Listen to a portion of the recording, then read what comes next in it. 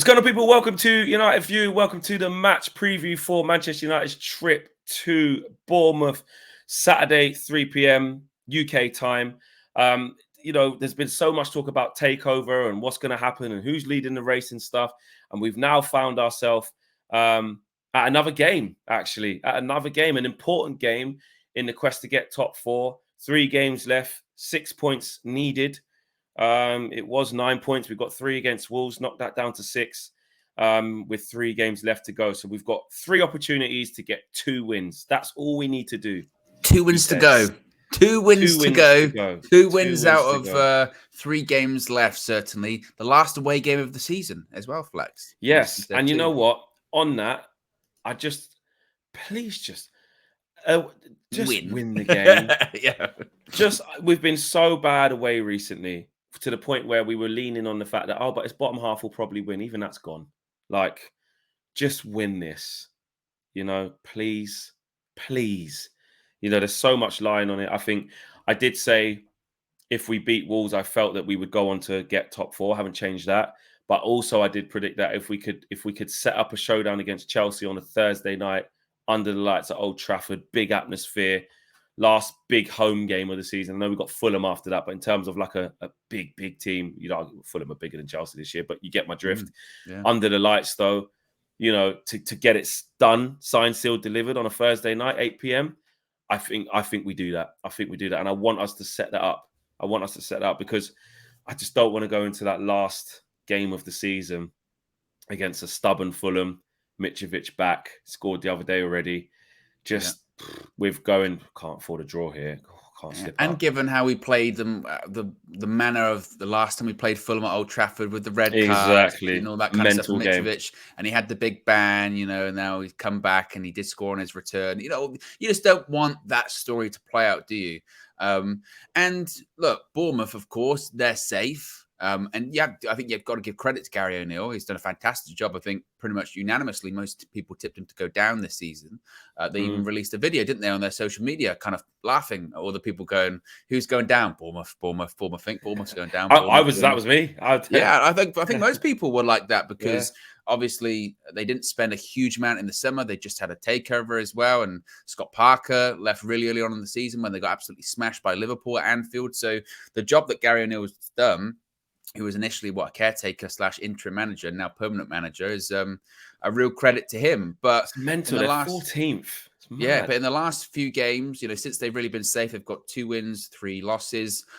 Their last home game, I believe, actually was against Chelsea, wasn't it? When they lost, I think it was. Yeah, lost 3-1. 3-1, and losing to Chelsea is significant. I know football doesn't get it work back to like 1-1 that as well, though. Wasn't it? Yeah. Football doesn't work like that because United fans would look at that and go, "Chelsea are rubbish this season," and they beat them away. So surely we can, but we do know it's different. When Man United comes to town, it's a big game, and to be honest, all of the teams that are playing us between now and the end of the season, Bournemouth, Chelsea, and Fulham, none of them have anything to play for because they're all safe, and but they're not going to get any higher in the table or anything like that. They're not going to get European football either in the case of Chelsea and Fulham.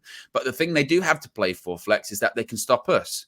And they're probably going to be looking for the United meltdown. Or they're going to be looking for, look, that was us. We did that, So we've got to make sure that as we keep saying, forget about Newcastle, forget about Liverpool, forget about those teams around us. If we take care of ourselves, if we do what we're supposed to do, then we get top 4. And given everything that's going on at Manchester United at the moment, that still has to be what we're focusing on, is just get bread and butter, get the win, and we should win. If we don't beat Bournemouth away, I don't think you deserve to be in the top 4 at this stage of the season. Yeah, I know that Liverpool, they lost to Bournemouth, but that was at a time where, Bournemouth was still fighting for their lives, trying to pick up points.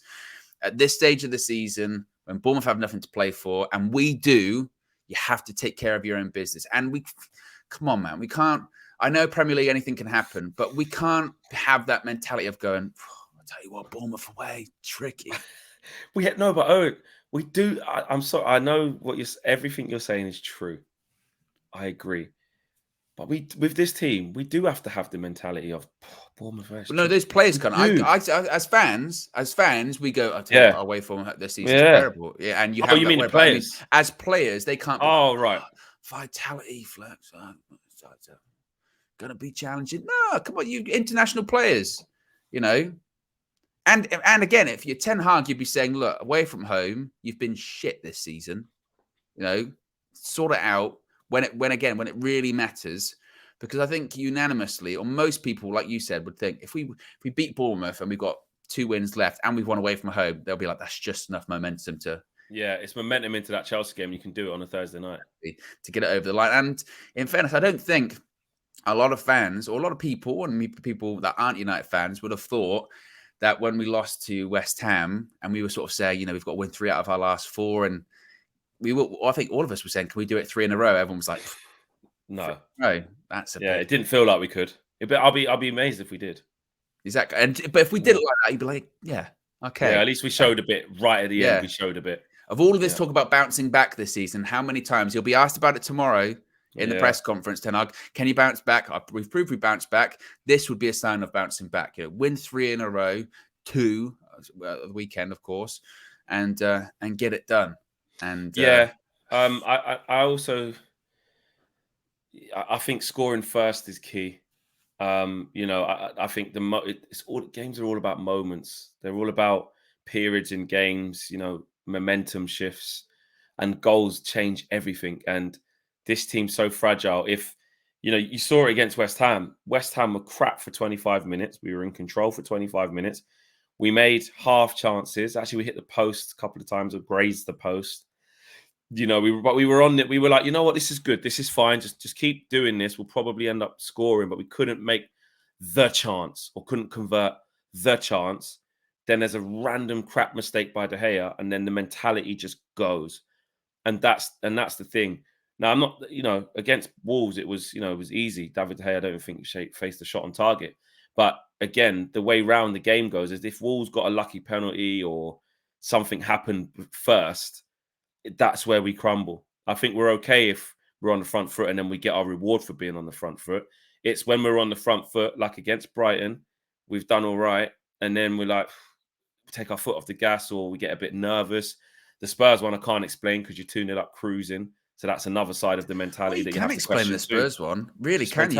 It's that, like you said, first of all, when we make chances in that game, because we make chances in every game. It's not as if we go through games, we go, tell you what, we didn't test the goalkeeper. Chances, we make chances. 1, it's take the chances, be clinical, and 2, don't drop off. Second half, you know, let's keep the momentum going. Obviously, inevitably, there's going to be a point where we're tired and all this kind of stuff. But the differences between first half and second half performances, particularly away from home, but even at home, are staggering at times. You know, and it's even worse when we're a goal down or whatever, because you go, wow, second half, we are not going to see a reaction. If anything, it's going to get worse. So where's that going to come from? And that's what it was like against Spurs. So even if you do go 1-0 up, 2-0 up, half time, know the game isn't over, and keep focused. You've got to keep focused. And look, if we do go 1-0 down and the stadium's rocking, because despite it being the smallest stadium in the Premier League, it gets an atmosphere going. It can be loud. And again, first 10 minutes, they'll probably be honest and the crowd will be loud. If they do go 1-0 up, don't panic. Don't roll over. Don't show your belly. Be like, okay, we can get back in this game. They will give us chances.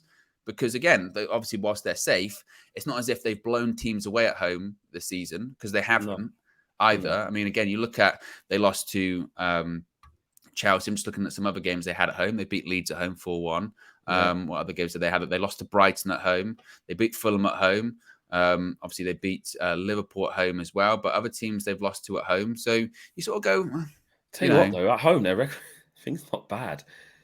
Well, that's where they're going to get their points. It's not bad. Yeah, that's what I mean. So that's, you know, they drew against Newcastle. If I go back a little bit, obviously, lost against Man City, drew against Forest. They beat Fulham at home. Lost against Crystal Palace. Brighton.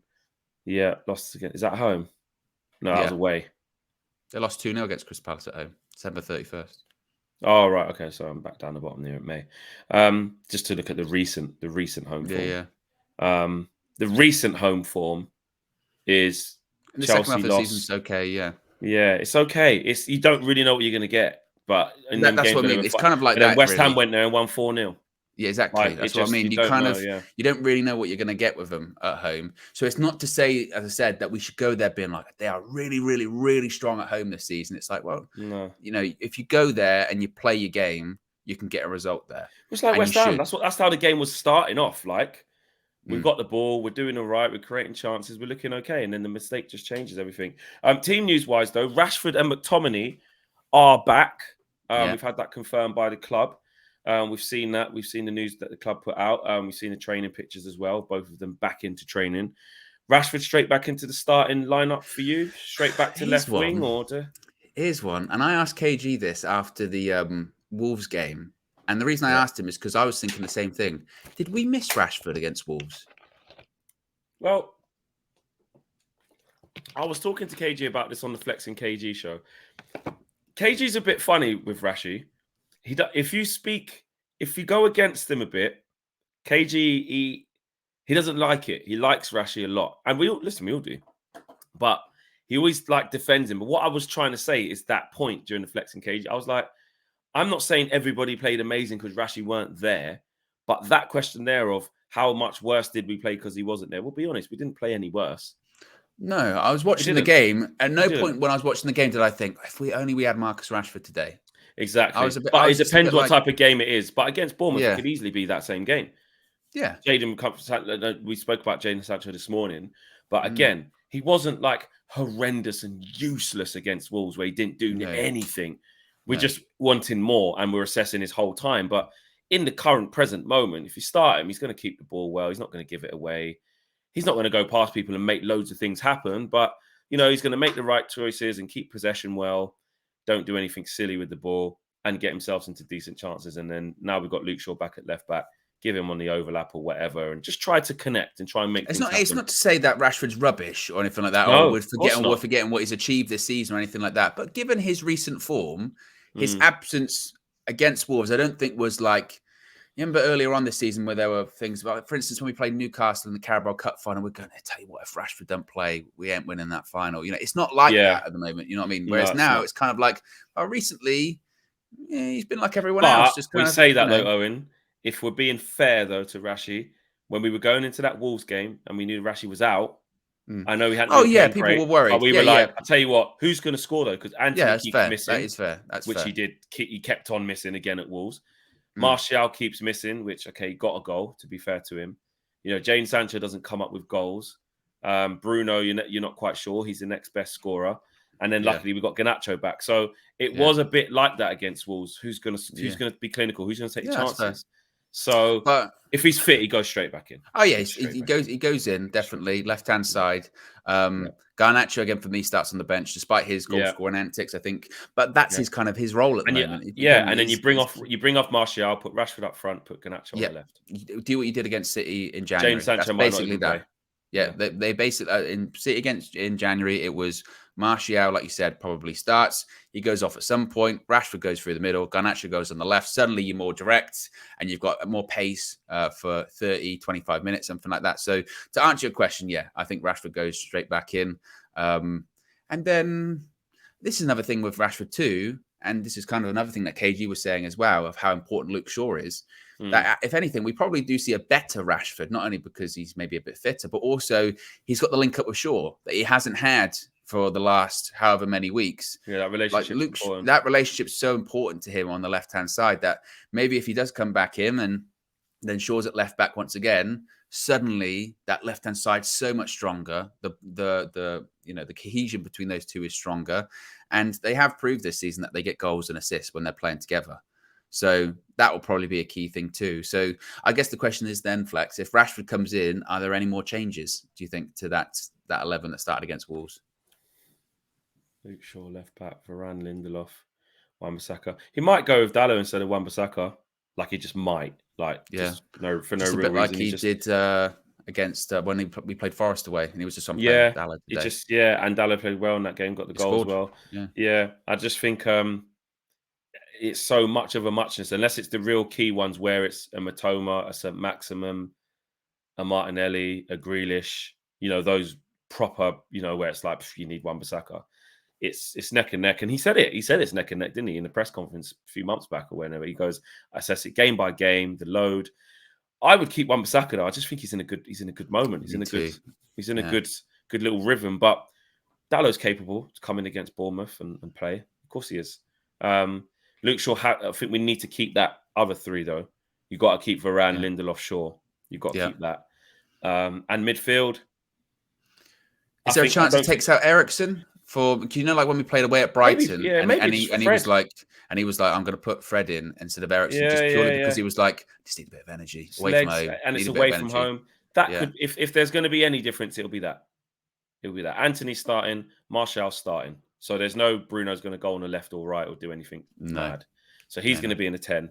Casemiro's there, and it's who you play next to Casemiro. So you could be Fred or Eriksen. It's too early for McTominay. Sabitz is injured. I think I don't see Bournemouth being a high-paced game and really frantic and like Brighton, where they manipulate the ball really well and you need someone to get around the pit. So I would go with Eriksen and do the what we was doing earlier when it gets to 65th, 70th, bring on Fred, like we did against Wolves actually. But he's going to have to. I mean, if we're not wanting to look too far ahead, but thinking about like the FA Cup final. I think it's a fair bet that Fred will probably start that game because of just the job he's going to have to do on like De Bruyne. I can't see Eriksen starting. So at some point, Ten Hag's game against Fulham. Do you think it's just that game of like, okay, I've got to get him some minutes, get some rhythm, or does he start this early? Does he go away from? Does he go away from home, high profile game? Just to get that partnership going again. I don't think Ten Hag buys into like, because there's only 3 games left, we need to get 6 points. Like, we really need to do this one so that we can get third. He treats all the games like tactically how they are, like game by game. What's the best recipe to beat this team? Not because of what's going to happen in the next game, and then after that, that means that. In this game, what's the best tactical team?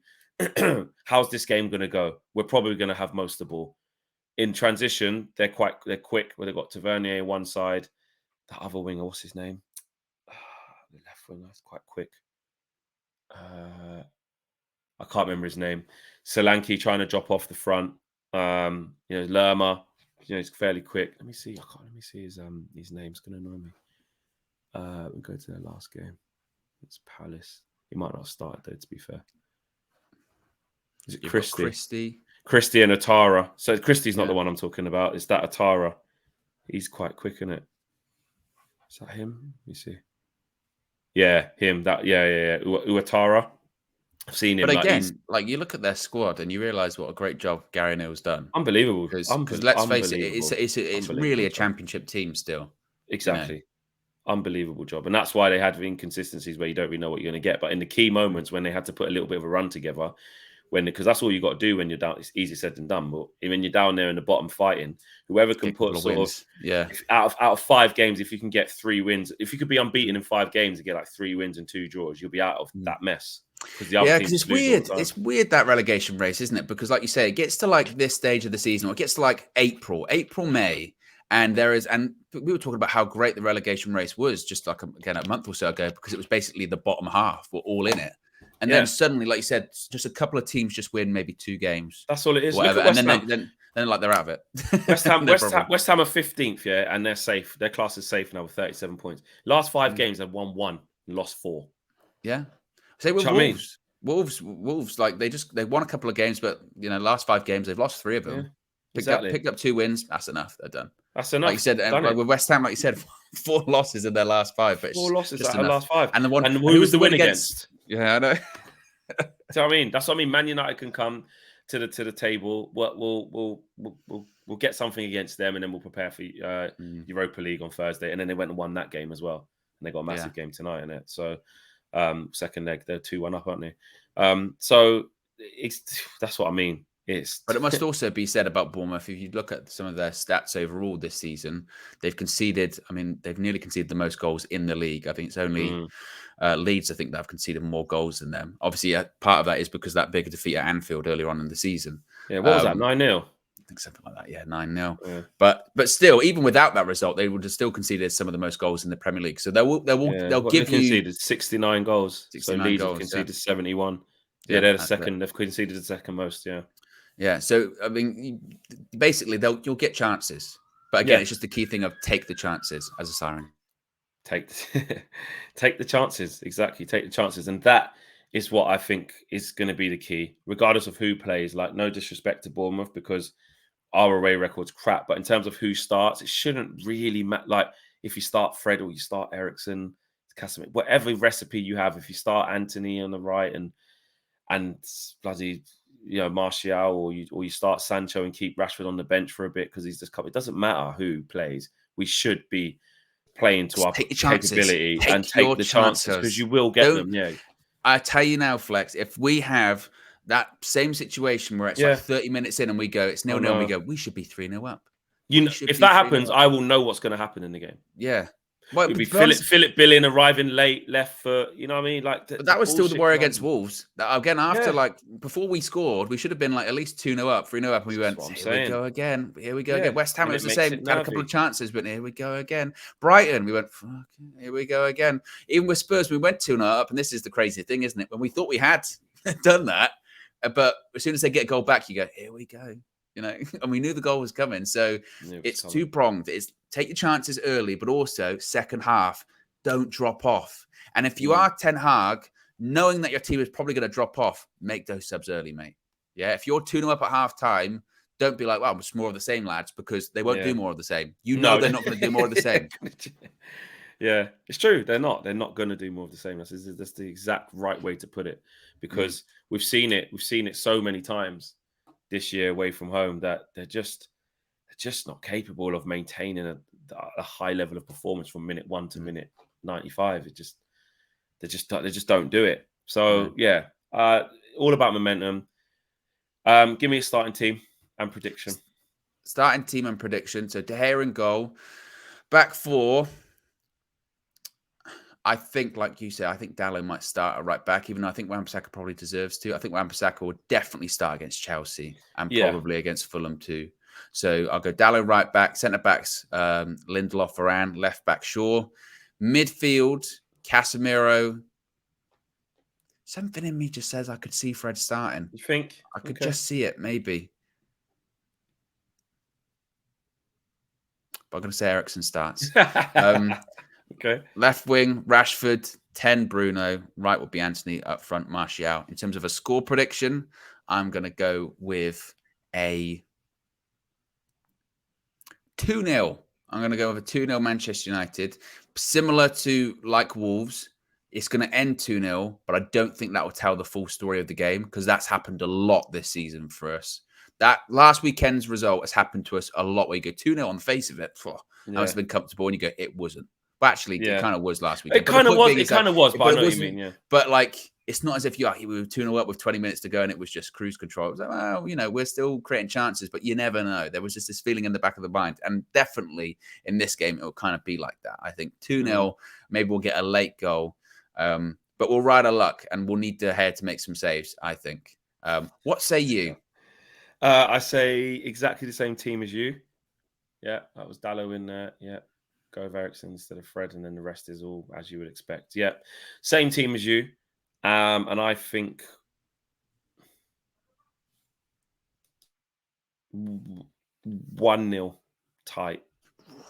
That's going to be a difficult watch, that Flex. Yeah. I think it's going to be. Not in the first half.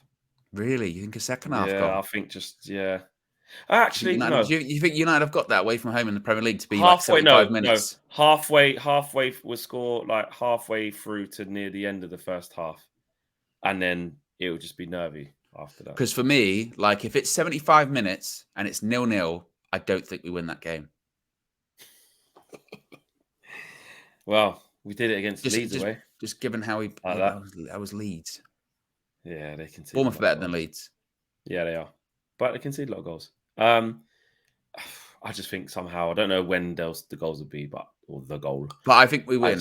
And I've said since people panicking. You did say that. I said we're going to get top four. I do believe we're going to get top four. I think last weekend was evidence of just the kind of games that are remaining are fall over the line kind of games. We are just good enough to win these kind of games, I think, at the moment, given our form and given our momentum and how fragile we are, just enough. And it must be said, this is not a cop-out, but even if we don't win, Flex, on Saturday, we can still do it. Yeah, we can still win. We can still get top 4. Momentum-wise, well, yeah, it was a 2-home game, but then you have to beat Chelsea. You have to. And then you have to beat Fulham, which we can do at home. We can beat anyone at home. Our home record is as good as anyone's. Maybe arguably the best. And obviously, if we were to lose, it'd be very doom and gloom. It'd be like, proper. No, Yes. But it's not over. 2 games, you've got to get 2 wins. But I don't think we lose this game. I feel like, as I said, we get top 4. I feel like we win this game. I can't even necessarily say like we beat Chelsea. I could see a situation where it does. I think my prediction was that we get top 4, but it goes to the final day, which is still my prediction. I'd love it to be done in 3 because I think that'd just be such a momentum of actually people didn't think we were going to do that. We did that. Bit of momentum into the FA Cup final. Let's do that, But I still do think we get top 4, and I think we win on Saturday. Okay. All right, there you have it. Let us know what your predictions are. Let us know what your team lineups are for this game and how you think we're going to do. It's a nervy one. We've got to get the 3 points.